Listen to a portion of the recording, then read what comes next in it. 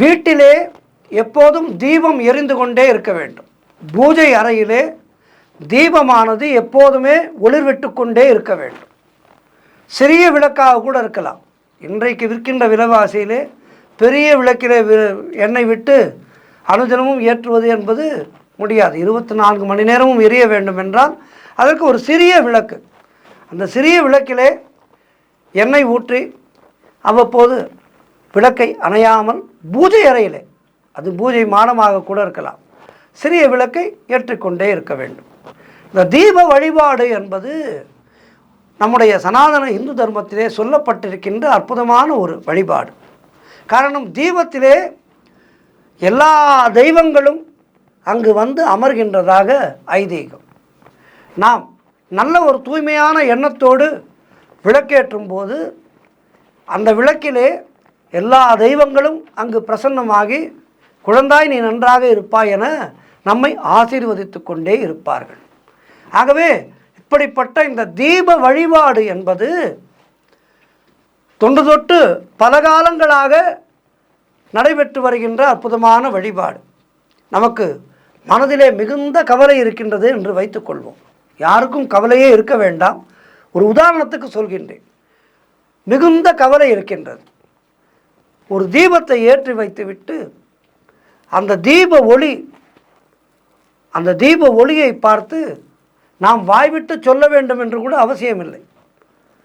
நமது மனதிலே இருக்கின்ற கவலைகளை அந்த தீப ஒளியிடம், என்னை காப்பாற்றுவாயாக, நான் இப்படிப்பட்ட துன்பத்திலே இருக்கின்றேன், எனக்கு ஏதேனும் ஒரு வழிகாட்டி இந்த துன்பத்திலிருந்து நான் வெளிவருவதற்கு ஒரு வழிவகை செய்வாயாக என ஒரு 15 நிமிட நேரம் நன்கு அந்த விளக்கை ஊன்றி பார்த்து உங்களுடைய பிரார்த்தனைகளை சொல்லுங்கள். நிச்சயமாக உங்களுக்கு எப்படிப்பட்ட பிரச்சனை இருந்தாலும், அது கடன் பிரச்சனையாக இருக்கலாம், குடும்ப பிரச்சனையாக இருக்கலாம், படிப்பு பிரச்சனையாக இருக்கலாம், எந்த பிரச்சனையாக இருந்தாலும் அந்த பிரச்சனை தீர்வதற்கான ஒரு நல்ல வழி உங்களுக்கு விரைவிலே பிறக்கும். இது கண்கண்ட உண்மை. ஆகவே இந்த தீப வழிபாடு என்பது மிக அற்புதமான வழிபாடு. இந்த தீப வழிபாட்டை தொன்று தொட்டு பலரும் செய்கின்ற இந்த தீப வழிபாட்டை நாம் வீட்டிலேயே அழகாக செய்யலாம். இதற்கென்று ஆலயத்துக்கு சென்று தான் செய்ய வேண்டும் என்று இல்லை. ஆலயத்துக்கு சென்று அதனை செய்தால் மிக மிக சிறப்பு. ஆனால் உங்களால் ஆலயத்துக்கு செல்ல முடியாத நிலை இருப்பின் அதனை வீட்டிலே அழகாக செய்யலாம். என்ன செய்ய வேண்டும்? பூஜை அறையிலே மிக அழகாக சுத்தம் செய்ய வேண்டும். எந்த ஒரு பூஜை செய்வதற்கும் பூஜை அறையை நன்கு வைத்து கொள்ள வேண்டும். முதலிலே நம்முடைய இல்லத்துக்கு ஒரு பெரியவர் வருகின்றார் என்று வைத்துக்கொள்வோம். அப்போது என்ன செய்வோம்? வீட்டை நன்கு சுத்தப்படுத்தி அலங்காரம் செய்து, அவர் வருகின்ற போது வீடு நன்றாக இருக்க வேண்டும் என பதறுவோம் அல்லவா? நம்மை வாழ வைக்கின்ற தெய்வம் நம்முடைய இல்லத்துக்கு வருகின்றது. பூஜை மூலமாக அந்த தெய்வத்தை நாம் அழைக்கின்றோம். அப்போது நம்முடைய பூஜை அறையை நாம் எப்படி வைத்து கொள்ள வேண்டும்? நேற்று பிறந்து இன்று இறக்கின்ற மனிதனுக்காகவே இல்லத்தை அப்படி சுத்தம் செய்கின்றோம். ஆனால் நமக்கு வாழ்க்கையும் தந்து வாழ்வும் தந்து நாம் குடியிருப்பதற்கு ஒரு வீட்டை தந்து சகலவிதமான வசதிகளையும் தந்திருக்கின்ற அந்த இறைவன் வரும்போது நாம் பூஜை அறையை எப்படி வைத்து கொள்ள வேண்டும்? ஆகவே முதற்கண் பூஜை அறையை நன்றாக சுத்தம் செய்ய வேண்டும். நாம் இல்லத்திலே அனுதினமும் தீபம் ஏற்றுவோம். அப்படி தீபங்கள் ஏற்றும் போது அந்த தீபத்திலே இருந்து வருகின்ற ஒளியை கண் அசைக்காமல் பார்க்க வேண்டும். இதுதான் இந்த விளக்கு பூஜை செய்கின்ற ஒரு மகத்துவமான வழி. இல்லத்திலே பூஜை அறையை நன்கு சுத்தம் செய்துவிட்டு பூஜை அறையிலே விளக்கை ஏற்ற வேண்டும். இந்த விளக்கை ஏற்றி வைத்துவிட்டு அந்த விளக்கின் ஒளியை கண்ணசைக்காமல் பார்க்க வேண்டும். அப்படி பார்க்கும்போது நம்முடைய மனம் அந்த விளக்கிலே ஒடுங்கும். விளக்கிலே தெய்வங்கள் ஆவாகனம் செய்திருக்கின்ற காரணத்தினாலே நம்முடைய மனமானது விளக்கிலே ஒடுங்கும் போது அது ஆட்டோமேட்டிக்காக தெய்வத்தோடு நம்முடைய மனமானது சங்கமிக்கின்றது. இப்படி சங்கமிக்கும் போது 2 விதமான நன்மைகள் நமக்கு ஏற்படும். ஒன்று, மனம் இறைவனோடு ஒடுங்கும். 2வது, கிட்ட பார்வை, தூரப்பார்வை, கண் எரிச்சல் போன்ற பல கண் நோய்களை இந்த விளக்கு வழிபாடு சரி செய்யும். இதனை செய்து பாருங்கள், இதில் இருக்கின்ற உண்மை உங்களுக்கு தெரியும். அதேபோல் மனமானது எவ்வளவு பாரமாக இருந்தாலும், எவ்வளவு மனத்துயர் இருந்தாலும், அந்த மனத்துயரானது இந்த தீப வழிபாடு செய்யும் போது நிச்சயமாக தீர்ந்துவிடும். பல பிரச்சனைகளுக்கு பதில் கிடைக்கும் என்பது மிக மிக பெரிய உண்மை. நமக்கே தெரியாமல், நமக்கே அறியாமல் நாம் அந்த பிரச்சனையிலிருந்து மிக அழகாக வெளிவருவதற்கான உபாயங்கள் நமக்கு புலப்படும். அதிலே இருந்து, அந்த தீபத்திலே இருந்து நிறைய சக்திகள் நமக்கு கிடைக்கும். அவை நம்முடைய தொழில் ரீதியான எதிர்ப்புகளை சமாளிப்பதற்கு உதவும். குடும்ப ரீதியாக நமக்கு இருக்கின்ற எதிர்ப்புகளை சமாளிப்பதற்கு உதவும். இப்படி எல்லா விதமான எதிர்மறை சக்திகளையும் அடக்கி ஆளுகின்ற ஒரு பக்குவத்தை இந்த விளக்கு வழிபாடானது நமக்கு கொடுக்கும் என்றால் அதிலே ஐயமில்லை. மிக மிக எளிமையான வழிபாடு. நீங்கள் ஒன்றும் பெரிதாக ஸ்தோத்திரங்கள் சொல்ல வேண்டாம், சமஸ்கிருத மந்திரங்கள் சொல்ல வேண்டாம். ஓம் ஓம் என்ற அந்த மூலப்பொருள், மூல மந்திரம்.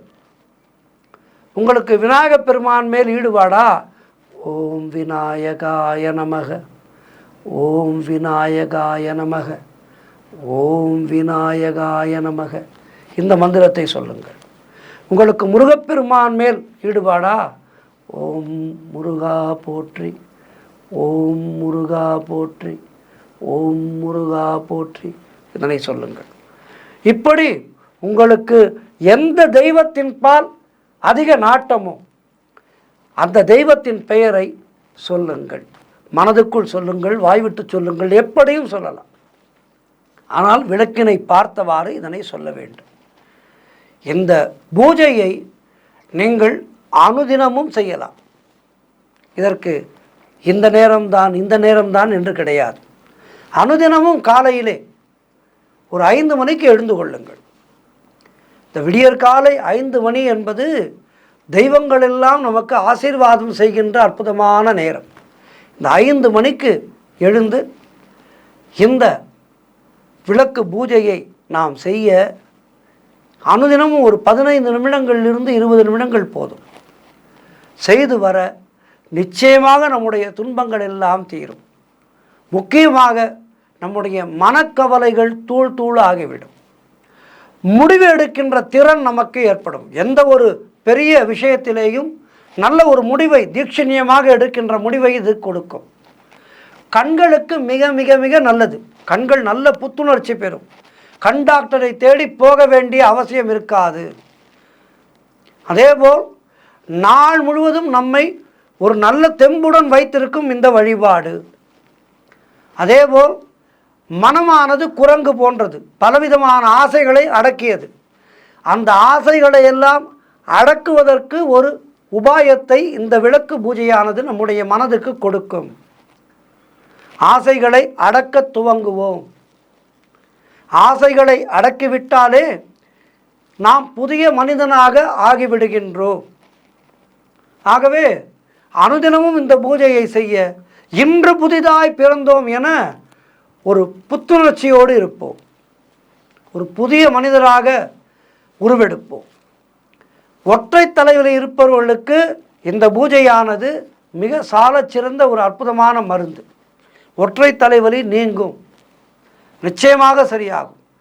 எனவே அனுதினமும் செய்ய வேண்டிய இந்த திருவிளக்கு பூஜை, இந்த பூஜையை செய்து வர வர வர நம்முடைய இல்லத்திலே எப்படிப்பட்ட எதிர்மறை சக்திகள் இருந்தாலும் அவை விலகிவிடும்.